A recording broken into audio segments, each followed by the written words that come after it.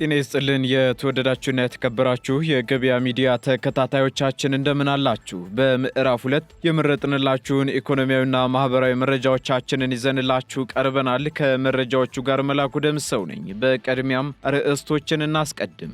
የ2018 የፌዴራል መንግስት በጀት በትሪሊዮን የሚቆጠር ገንዘብ ሆኖ እንዲጸድቅ ለውሳኔ ወደ ህዝብ ተወካዮች ምክር ቤት መመራቱ ተሰምቷል። ለመሆኑ የ2018 የፌዴራል መንግስት በጀት እንዲጸድቅ ለውሳኔ የቀረበው የገንዘብ መጠን ስንት ነው የሚለውን በዝርዝር የምናጋራችሁ ይሆናል። ከመንግስትና ከግል ተቋማት ሰራተኞች ደሞዝ እየተቆረጠ መዋጮ እንዲሰበሰብ የሚያስገድደውን አዋጅ በተመለከተ በዛሬው ዕለት አዲስ መረጃ መውጣቱ ተነግሯል። ሙሉ መረጃውን የምትሰሙት ይሆናል። መድኃኒቶች ከውጭ እንዳይገቡ የሚከለክል አዋጅ መውጣቱን ተከትሎ የመድኃኒትና የሕክምና መገልገያዎችን በሚመለከት አዲስ መመሪያ ወደ ስራ መግባቱ ተሰምቷል። በመመሪያው የተደነገጉ ሌሎች ጉዳዮችም ስለመኖራቸው የተሰማ መረጃ ይዘናል፣ እናጋራቸዋለን። በነገው ዕለት የሚከበረውን የአረፋ በዓል አስመልክቶ በመዲናዋ የዋጋ ንረት እንዳይፈጠር እየተሰራ መሆኑ ተነገረም። ይህን መረጃ ተከትሎ የሚመለከተውን አካል አነጋግረናል፣ የምትሰሙት ይሆናል። የአዲስ አበባ ከተማ አስተዳደር መሬት ልማትና አስተዳደር ቢሮ ያቀረባቸውን የመሬት ሊዝ ጨረታ ቦታዎች ለአሸናፊዎች በዛሬው ዕለት ማስረከብ ጀምሯል የሚሉትንና ሌሎች የመረጥንላችሁን ኢኮኖሚያዊና ማህበራዊ መረጃዎቻችንን ይዘንላችኋል። አዳዲስ እንዲሁም ትኩስ ኢኮኖሚያዊና ማህበራዊ መረጃዎቻችንን ለማግኘት ታዲያ የገበያ ሚዲያን እንድትወዳጁ እየጋበዝን በዝርዝር ወደምንመለከታቸው ዜናዎቻችን እናልፋለን። በድጋሚ የማይገኝ እድል በሳር ቤት አፍሪካ ህብረት ፊት ለፊት 40 በመቶ ልዩ የቤት ቅናሽ በካሬ 64200 ብር ብቻ ባለ 1 መኝታ ከ4.8 ሚሊዮን ብር ጀምሮ ባለ 2 መኝታ ከ5.9 ሚሊዮን ብር ጀምሮ ባለ 3 መኝታ ከ8.4 ሚሊዮን ብር ጀምሮ በ2 ዓመት ከ6 ወር የሚረከቡት በአፍሪካ ህብረትና በአውሮፓ ህብረት አጠገብ ታላላቅ ኤምባሲዎች በሚገኙበት ሳር ቤት ለመኖሪያ ለኢንቨስትመንት ተመራጭ ቦታ የምንዋዋለው በኢትዮጵያ ብር ሲሆን ምንም አይነት የዋጋ ግሽበት አያሳስብም። ይህ ቅናሽ ለ10 ቀን ብቻ የሚቆይ በመሆኑ ይፍጠኑ፣ የድሉ ተጠቃሚ ሆኑ። ለበለጠ መረጃ በ0939 00 9808 አሊያም በ0969 48 38 38 ይደውሉልን። ቴምር ፕሮፐርቲስ። የአዲስ አበባ ከተማ አስተዳደር መሬት ልማትና አስተዳደር ቢሮ ባካሄደው 5ኛ ዙር የመሬት ሊዝ ጨረታ ያቀረበውን ቦታ ለአሸናፊዎች በዛሬው ዕለት ማስረከብ ጀምሯል። በዚህም በ5ኛው ዙር የመሬት ሊዝ ጨረታ ለንግድና ለመኖሪያ ቤት የሚውሉ ቦታዎች ከፍተኛ ዋጋ ሲሰጣቸው በካሬ 265 ሺህ ብር ሆኖ መመዝገቡም ይታወሳል። ካሳለፍነው ከመጋቢት 29 ቀን እስከ ሚያዝያ 3 ቀን 2017 ዓ.ም ለ427 ፕሎቶች በተካሄደው በዚህ ጨረታ በ1 ካሬ ሜትር ከፍተኛ ዋጋ 265 ሺህ ብር በቂርቆስ ክፍለ ከተማ ተመዝግቧል ተብሏል። በዚሁ መሰረት በንፋስ ስልክ ላፍቶ ክፍለ ከተማ አፍሪካ ሲዲሲ አካባቢ የሚገኘውን ቦታ ለ5ኛ ዙር የመሬት ሊዝ ጨረታ አሸናፊዎች በዛሬው ዕለት አስረክቧል። የአሸናፊዎችን ውጤትም ይፋ ባደረገበት ወቅት በንፋስ ስልክ ላፍቶ ክፍለ ከተማ 1 ካሬ ሜትር መሬት በ306 1600 ብር ከፍተኛ ዋጋ ተመዝግቦ እንደነበር ይታወሳል። በዚህም በክፍለ ከተማው በሊዝ ለጨረታ ከቀረበው መሬት ውስጥ ከፍተኛው 1452 ካሬ ሜትር አካባቢ ሲሆን ዝቅተኛው ደግሞ 145 ካሬ ሜትር ቦታ መሆኑን ገበያ ሚዲያ በቦታው ተገኝቶ ለመረዳት ችሏል። በተጨማሪም በዚህ ዙር ጨረታ ከፍተኛ ተወዳዳሪነት የታየ ሲሆን በተለይም ለንግድና ለመኖሪያ አገልግሎት የሚውሉ ቦታዎች ከፍተኛ ዋጋ እንደተሰጣቸው የጨረታው ኮሚቴ አስተባባሪ አቶ ሀብታሙ ተስፋዬ ተናግረው እንደነበር አይዘነጋም። በነገው ዕለት የሚከበረውን የአረፋ በዓል አስመልክቶ በመዲናዋ የዋጋ ንረት እንዳይፈጠር በትኩረት እየተሰራ እንደሚገኝ የአዲስ አበባ ከተማ ንግድ ቢሮ አስታወቀም። በግብይት ስርዓቱ ህገ ወጥ የንግድ እንቅስቃሴንና በቂ የምርት አቅርቦት እንዲኖር ለማድረግም ግብረ ኃይል መቋቋሙን ቢሮው ገልጿል። ዝርዝር ዘገባውን ሄለን ጎሎ እንደሚከተለው ታቀርበዋለች። በነገው ዕለት በእስልምና ሃይማኖት ተከታዮች ዘንድ የሚከበረውን የኢድ አል አድሃ አረፋ በዓል አስመልክቶ በመዲናችን አዲስ አበባ ያለው የግብይት እንቅስቃሴ የተረጋጋ እንዲሆን ለማድረግ የተለያዩ ስራዎች እያከናወነ እንደሚገኝ፣ በበዓላት ወቅት የሚኖረው የንግድ እንቅስቃሴ ከሌሎች ጊዜያት በበለጠ የምርት ፍላጎት የሚጨምርበት እንዲሁም ህገወጥ የንግድ እንቅስቃሴዎች የሚበራከቱበት በመሆኑ የበዓል ገበያው የተረጋጋ መሆን እንዲችል ቀደም ባለው ጊዜ እቅድ በማውጣት እየተሰራ እንደሚገኝ ቢሮ አስታውቋል። በአዲስ አበባ ንግድ ቢሮ የግብይት ማስፋፊያ ዳይሬክቶሬት ዳይሬክተር አቶ መከታ ዳፍሬ እንደሚገልጹት በመዲናዋ ያለውን የበዓል ግብይት እንቅስቃሴ በሚመለከት የተለያዩ ስራዎች እየተከናወኑ እንደሚገኝና በአሁኑ ወቅትም የአትክልትና ፍራፍሬን ጨምሮ በቂ እንስሳት ምርት አቅርቦት መኖሩን በማንሳት የአቅርቦት ማነስ የሚታይባቸውን ምርቶች ችግር ለመቅረፍ ከተለያዩ ክልሎች ጋር በመነጋገር ምርቶቹን የማስመጣት ስራ እየተከናወነ እንደሚገኝ ተናግረዋል።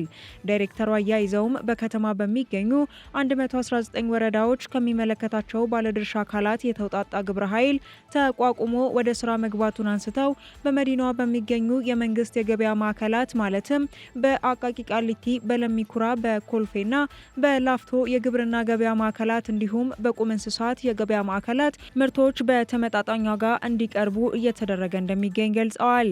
በተያያዘም 216 የቅዳሜና እሁድ ገበያ ማዕከላት መኖራቸውን ያነሱት ዳይሬክተሩ በእነዚህ የገበያ አማራጮች ምርቶች በስፋት እንዲቀርቡ በማድረግ የምርት ተደራሽነትን ከማስፋት በተጨማሪ በመደበኛ ገበያ የሚታየውን የዋጋ ንረት የማረጋጋት ስራ እየተከናወነ እንደሚገኝ ተናግረዋል።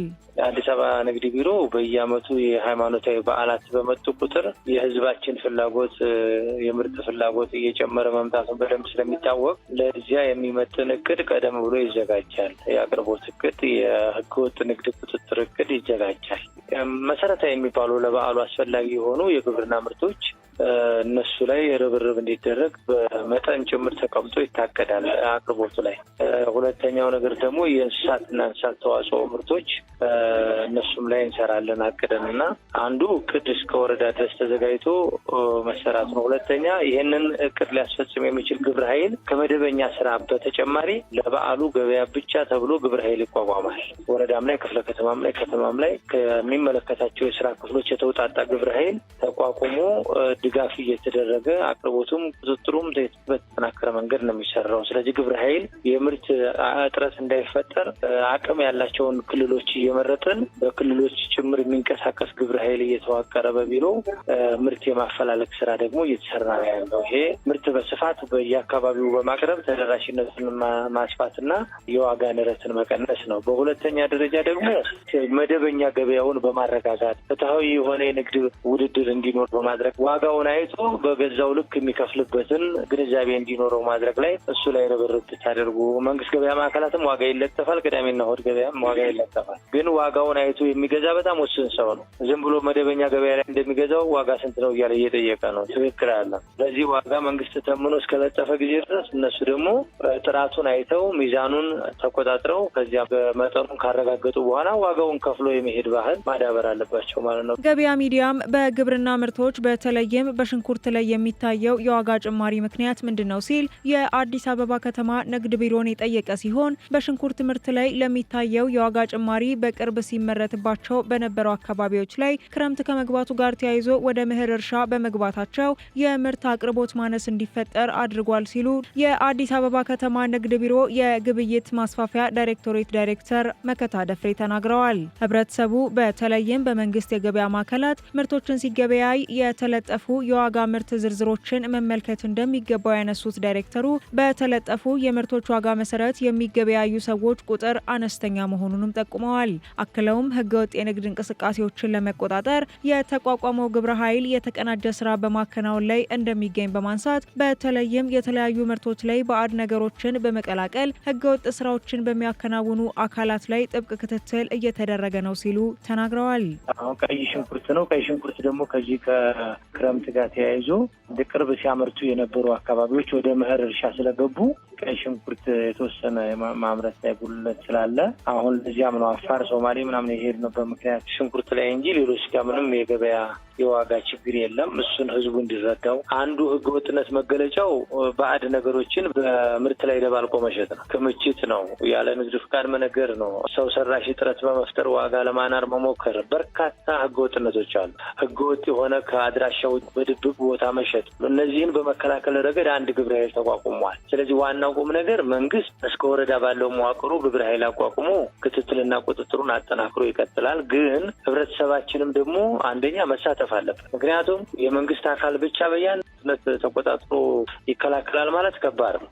ሌላኛው ግን በእኛ በኩል ያው ህገወጥ ንግድ ቁጥጥሩም ግብረ ኃይል አለው፣ አቅርቦቱም ግብረ ኃይል አለው። በዚያ መሰረት እየተሰራ ያለ መሆኑን እና ብዙ ህብረተሰቡ በምርት አቅርቦት ዙሪያ ስጋት ሳይኖርበት በዓሉን በሰላም እንዲያሳልፍ መምከር ነው። በተጨማሪም በመንግስት የገበያ ማዕከላት የተሰማሩ ምርት አቅራቢዎች ከአዲስ አበባ ቢሮ ጋር ህጋዊ ውል የገቡ በመሆኑ የምርት ጥራትን የሚያጓድልና የግብይት እንቅስቃሴን የሚያውቅ ተግባራትን ፈጽመው ሲገኙ ህጋዊ እርምጃ እንደሚወሰድ ዳይሬክተሩ አክለው ገልጸዋል። ለሀገር ውስጥ የመድኃኒትና የሕክምና መገልገያ አምራቾች ቅድሚያ የሚሰጥ የግዢ መመሪያ ወደ ስራ መግባቱ ተነገረም። ይህ የተባለው የኢትዮጵያ መድኃኒት አቅራቢ አገልግሎት ጉዳዩን በተመለከተ መግለጫ በሰጠበት ወቅት ነው። በመግለጫውም የመድኃኒትና የሕክምና መሳሪያዎች ስኬታማ በሆነ አግባብ ለማቅረብ የሚያስችል የመድኃኒትና የሕክምና መገልገያዎች የግዢ መመሪያ ጸድቋል ሲሉ ዋና ዳይሬክተሩ ዶክተር አብዱል ቃድር ገልገሎ ተናግረዋል። መመሪያው የመድኃኒት አቅርቦትን ወደ ላቀ ደረጃ እንደሚያደርስ የታመነበትና ለሀገር ውስጥ አምራቾች ቅድሚያ የሚሰጥ መሆኑንም ዳይሬክተሩ አክለዋል። እንዲሁም ለተለዋዋጭ የጤና ፍላጎቶች ወሳኝና ልዩ የሆነ የመድኃኒት ፍላጎቶች ላይ የነበረውን ችግር እንደሚቀርፍ የተናገሩት ዶክተር አብዱል ቃድር የሀገር ውስጥ አምራቾችን ለማበረታታትና ያለ ገደብ ማምረት የሚያስችል መሆኑንም ገልጸዋል። በተጨማሪም መመሪያው አስቸኳይ ግዢዎችን ለመፈጸም እንደሚያስችልና ከሌሎች ሀገራት ጋር የጋራ ጥምር በመፈጸም ግዢን እንደሚፈቅድና ልዩ ባህሪን ታሳቢ በማድረግ የወጣ እንዲሁም የበሽታ ስርጭት ተለዋዋጭነትን ታሳቢ ያደረገ ነው ሲሉ በመግለጫው አንስተዋል። መመሪያው የሀገር ውስጥ አምራቾች ያለ ገደብ እንዲወዳደሩ የሚያስችል መሆኑንም የተገለጸ ሲሆን አቅራቢ የሌላቸውን መድኃኒቶች ከሌሎች ሀገራት ጋር በጥምረት ግዢ መፈጸም እንደሚያስችልም ተነግሯል። በሌላ በኩል የገንዘብ ሚኒስቴር መድኃኒቶችንና የሕክምና መሳሪያዎችን ከውጭ መግዛትም ሆነ ማስገባት በሕግ የሚከለክል መመሪያ ይፋ ማድረጉን በገበያ ሚዲያ ዜና ወጃችን ወደ እናንተ ማድረሳችን ይታወሳል። ይህ መመሪያ መድኃኒት ወይም የሕክምና መሳሪያዎች በሀገር ውስጥ አምራቾች የሚመረቱ ከሆነ በዓለም አቀፍ ግልጽ ጨረታ ከውጭ ግዥ መፈጸም የሚከለክል ነው ተብሏል። በዚህም የገንዘብ ሚኒስቴር ለኢትዮጵያ መድኃኒት አቅራቢ አገልግሎት በማዕከል የሚፈጸሙ የመድኃኒቶችና የሕክምና መሳሪያዎች የግዥ አፈጻጸም መመሪያን ይፋ ማድረጉ አይዘነጋም። ወደፊት ለሚቋቋመው የአደጋ ስጋት ምላሽ ፈንድ ከመንግስትና ከግል ተቋማት ሰራተኞች ደሞዝ መዋጮ እንዲሰበሰብ የሚደነግገው የአዋጅ ድንጋጌ በዛሬው ዕለት መሰረዙ ተነገረም። ድንጋጌው ዛሬ በፓርላማ ከጸደቀው የአዋጅ ስጋት ስራ አመራር አዋጅ ውስጥ እንዲወጣ የተደረገበት ምክንያት ደግሞ በሰራተኞች ላይ ተደራራቢ ጫና እንዳያስከትል ታስቦ መሆኑ ተሰምቷል። ባሳለፍነው መጋቢት ወር መጀመሪያ አካባቢ ለሕዝብ ተወካዮች ምክር ቤት የቀረበው ይህ አዋጅ መንግስትና የግል ተቋማት ከሚሰጧቸው 15 አይነት አገልግሎቶች ለአደጋ ስጋት ምላሽ ፈንድ ገቢ እንዲሰበስቡ የሚደነግግ ድንጋጌ በውስጡ ይዞ እንደነበር ይታወሳል። ይህ ፈንድም ለአደጋ ስጋት ቅነሳ፣ ምላሽና መልሶ ማቋቋም ተግባራት የሚውል እንደሆነ በአዋጁ ላይ ተመላክቷል። በተጨማሪም በገቢ ምንጭነት በአዋጁ ተዘርዝረው ከነበሩት መካከል የመንግስትና የግል ድርጅት ተቀጣሪ ሰራተኞች ከሚከፈላቸው የተጣራ ደሞዝ ላይ መዋጮ እንዲሰበሰብ የሚደነግገው ድንጋጌ አንዱ መሆኑ ይታወሳል።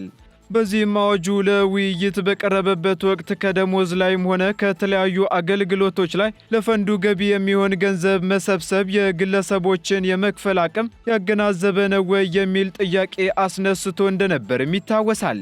በተጨማሪም የሕዝብ ተወካዮች ምክር ቤት ዛሬ ባካሄደው 34ኛ መደበኛ ስብሰባው የኢትዮጵያ የአደጋ ስጋት ስራ አመራር ረቂቅ አዋጅን ማጽደቁም ተሰምቷል። የኢትዮጵያ የአደጋ ስጋት ስራ አመራር ረቂቅ አዋጅን አስመልክቶ የውጭ ግንኙነትና የሰላም ጉዳዮች ቋሚ ኮሚቴ ምክትል ሰብሳቢ ዶክተር ፈቲህ ማህዲ ለምክር ቤቱ ባቀረቡት የውሳኔ ሀሳብ ረቂቅ አዋጁ ላይ የአደጋ ስጋት ስራ አመራር መንግስት መር በሀገር በቀል አቅም የተገነባና ከጥገኝነትና ከጠባቂነት አስተሳሰብ የሚያላቅቅ ጠንካራ ሀሳብ የያዘ መሆኑን አብራርተዋል።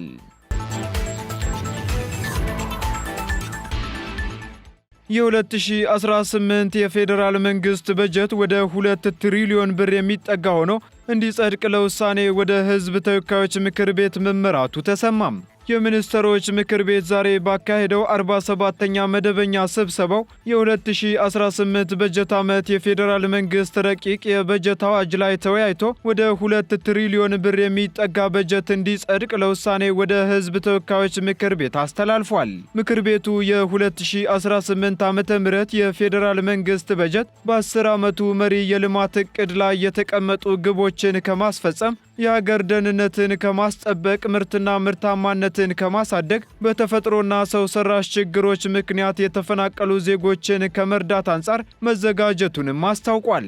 በዚህም ከ2018 እስከ 2022 የመካከለኛ ዘመን የማክሮ ኢኮኖሚና ፊዚካል ማዕቀፍን መሰረት በማድረግና የ2017 በጀት ዓመት የፕሮግራም በጀት አፈጻጸምን በመገምገም ተዘጋጅቶ የቀረበ ስለመሆኑም ተነግሯል። በዚሁ መሰረትም ለፌዴራል መንግስት መደበኛ ወጪዎች፣ ለካፒታል ወጪዎች፣ ለክልል የሚሰጥ ድጋፍና ለዘላቂ የልማት ግቦች ማስፈጸሚያ ድጋፍ ወደ 2 ትሪሊዮን ብር የሚጠጋ በጀት ለምክር ቤቱ መቅረቡ ተነግሯል። ምክር ቤቱም በቀረበው የፌዴራል መንግስት የ2018 ረቂቅ በጀት አዋጅ ላይ ከተወያየ በኋላ ግብአቶችን በማከል ወደ ህዝብ ተወካዮች ምክር ቤት እንዲተላለፍ በሙሉ ድምፅ ወስኗል።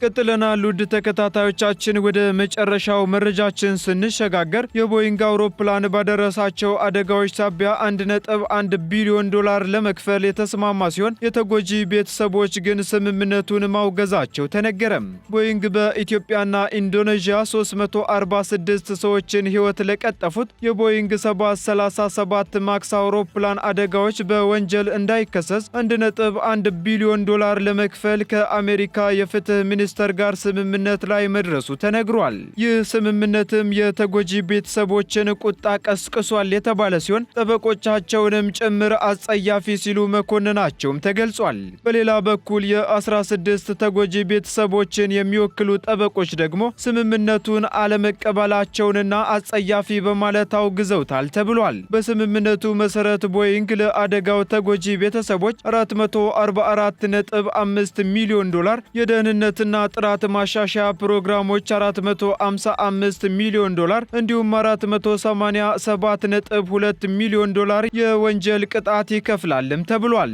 በተጨማሪም ይህ ስምምነት በፌዴራል ዳኛ ከጸደቀ ቦይንግ በማጭበርበር ወንጀል ከመከሰስ ይድናል የተባለ ሲሆን የተጎጂ ቤተሰቦች ጠበቆች ግን በተለይም የኢንዶኔዥያ ላየን ኤር አደጋ ተጎጂዎች አማካሪ የሆኑት ሳንጂቭ ሲንግ ስምምነቱ ቦይንግን ከወንጀል ተጠያቂነት የሚያወጣ በመሆኑ ተችተውታል። ከ4 ዓመታት በፊት የአሜሪካ የፍትህ ሚኒስትር ቦይንግ 737 ማክስ አውሮፕላን ፍቃድ ለማግኘት ሲል የፌዴራል አቪዬሽን አስተዳደር ተቆጣጣሪዎችን ሆን ብሎ እንዳሳሳተ ደርሼበታለሁ በማለት ክስ መስርቶበት እንደነበር ይታወሳል። በወቅቱ ቦይንግ ለአደጋው ተጠያቂነትን በመቀበል ለቤተሰቦች ካሳ ለመክፈል ተስማምቶ በምላሹም የአሜሪካ የፍትህ መስሪያ ቤት በወንጀል እንዳይከሰስ ክልከላ መስጠቱም ተነግሯል። በመጋቢት 1 ቀን 2011 ዓ.ም የኢትዮጵያ አየር መንገድ ቦይንግ 737 ማክስ 8 አውሮፕላን ከቦሌ ዓለም አቀፍ አውሮፕላን ማረፊያ ተነስቶ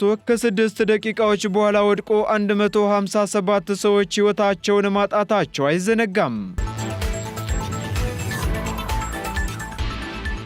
የተወደዳችሁ የገበያ ሚዲያ ተከታታዮቻችን ለምዕራፍ 2 ያዝንላችሁ ኢኮኖሚያዊና ማህበራዊ መረጃዎቻችን እነዚህን ይመስሉ ነበር። አዳዲስ እንዲሁም ትኩስ ኢኮኖሚያዊና ማህበራዊ መረጃዎቻችንን ለማግኘት ታዲያ የገበያ ሚዲያን እንድትወዳጁ እንጋብዛለን። ሰናይ ጊዜን ተመኘን። በድጋሚ የማይገኝ እድል በሳር ቤት አፍሪካ ህብረት ፊት ለፊት 40% ልዩ የቤት ቅናሽ በካሬ 64200 ብር ብቻ ባለ 1 መኝታ ከ4.8 ሚሊዮን ብር ጀምሮ ባለ 2 መኝታ ከ5.9 ሚሊዮን ብር ጀምሮ ባለ 3 መኝታ ከ8.4 ሚሊዮን ብር ጀምሮ በ2 ዓመት ከ6 ወር የሚረከቡት በአፍሪካ ህብረትና በአውሮፓ ህብረት አጠገብ ታላላቅ ኤምባሲዎች በሚገኙበት ሳር ቤት ለመኖሪያ ለኢንቨስትመንት ተመራጭ ቦታ። የምንዋዋለው በኢትዮጵያ ብር ሲሆን ምንም አይነት የዋጋ የዋጋ ግሽበት አያሳስብም። ይህ ቅናሽ ለ10 ቀን ብቻ የሚቆይ በመሆኑ ይፍጠኑ፣ የድሉ ተጠቃሚ ሆኑ። ለበለጠ መረጃ በ0939 00 98 08 አሊያም በ0969 48 38 38 ይደውሉልን። ቴምር ፕሮፐርቲስ